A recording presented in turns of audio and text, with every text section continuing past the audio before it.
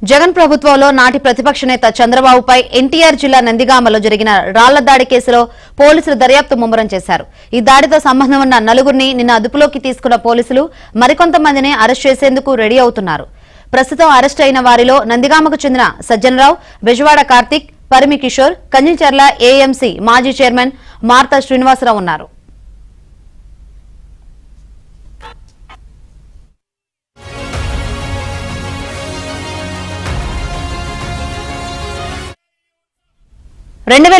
November 4న బాదుడే బాదుడు కార్యక్రమంలో నందిగామ రైతు బజార్ వద్ద ఈ రాళ్ల దాడి జరిగింది.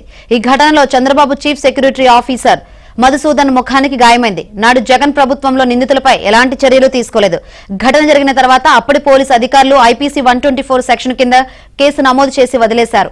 2 ఏళ్ల తర్వాత ఇప్పుడు కదలిక వచ్చింది. కేసును పునర్దర్యాప్తును ప్రారంభించిన పోలీసులు కొత్తగా వివిధ సెక్షన్లు చేర్చారు. సీసీ కెమెరాల డీవీఆర్ల ద్వారా అప్పటి ఫుటేజీలను పరిశీలించారు. కాల్ డేటా రికార్డు డంప్ తీయించారు. దాడిలో నలుగురి పాత్ర ఉందని పోలీసులు వెల్లడించారు. బాదుడే బాదుడు కార్యక్రమం జరగడానికి గంట ముందు నందిగామ వైసీపీ కార్యాలయంలోనే ఈ దాడికి స్కెచ్ వేశారన్నారు. చంద్రబాబు నాయుడు గారు ప్రోగ్రాన్ని భగ్నం పరచాలనే ఉద్దేశంతో ఆ కార్యక్రమాన్ని ఇక్కడ రానియకుండా అడ్డుకోవాలనే ఉద్దేశంతో వారితో పాటు కొంతమంది అప్పటి ప్రజాప్రతినిధులు వాళ్ళ పార్టీ క్యాడర్తో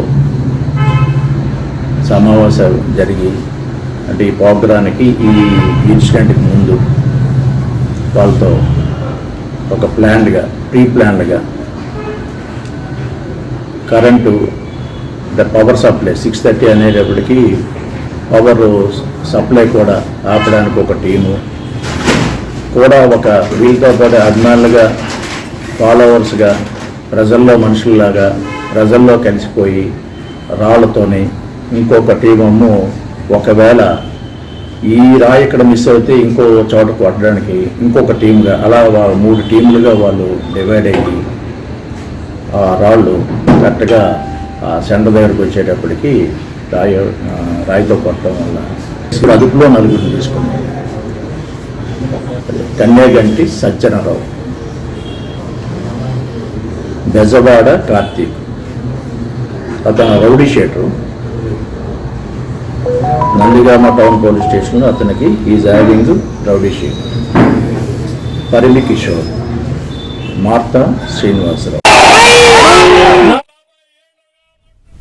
నిందితుల్లో కన్నగంటి సజ్జనరావుపై నందిగామ పిఎస్ లో 4 క్రిమినల్ కేసులు ఉన్నాయి.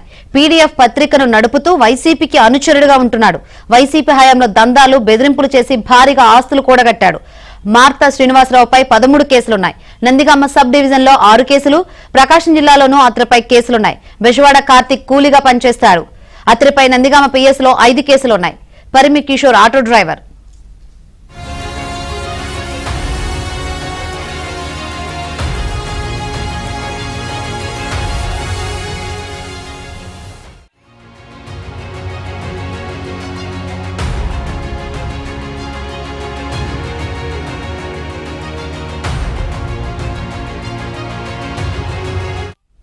దాడి జరిగిన సమయంలో మొండితోక జగన్మోహన్ రావు నందిగామ ఎమ్మెల్యేగా ఉన్నారు.